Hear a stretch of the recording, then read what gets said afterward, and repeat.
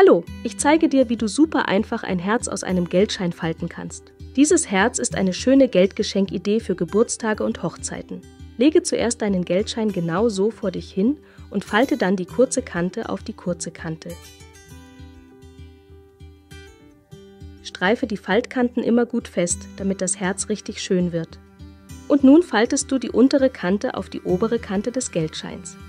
Du kannst dieses Herz übrigens auch mit anderen Euroscheinen falten, weil sie alle ungefähr das gleiche Seitenverhältnis haben. Damit du alles gut siehst, empfehle ich dir, das Video im Vollbildmodus anzuschauen. Öffne nun die letzten beiden Faltungen wieder.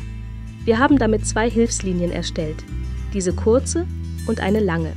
Die untere Hälfte der kurzen falten wir nun auf die rechte Hälfte der langen Hilfslinie.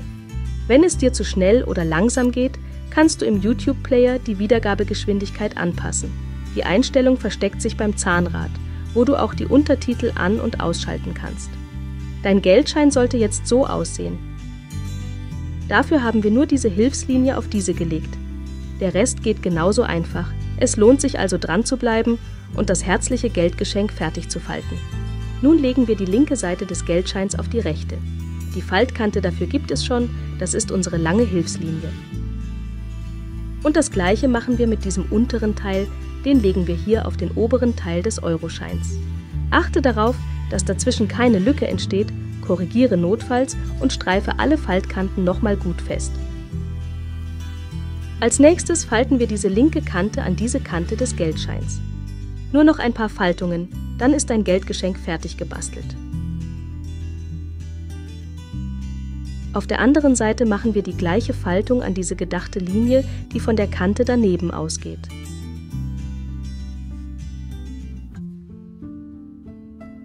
Damit haben wir eine Hilfslinie erstellt.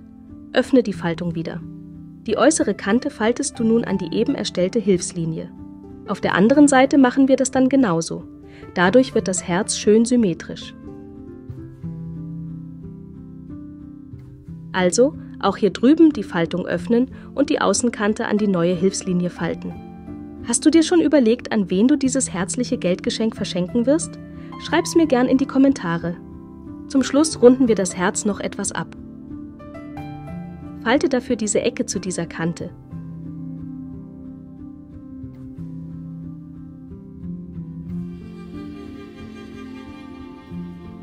Und auch diese Ecke falten wir zur gleichen Kante.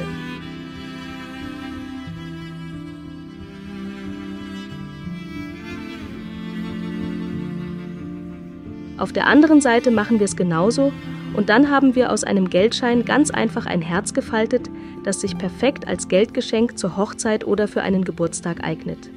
Wenn dir meine Anleitung gefallen hat, dann gib mir bitte einen Daumen hoch. Und falls du meinen Kanal unterstützen willst, darfst du gern ein kleines Trinkgeld über die Super Thanks-Funktion dalassen. Ich sag schon mal vielen Dank und bis zum nächsten Mal bei Falten mit Yvonne. Oder bis gleich bei diesen anderen Geldgeschenkideen.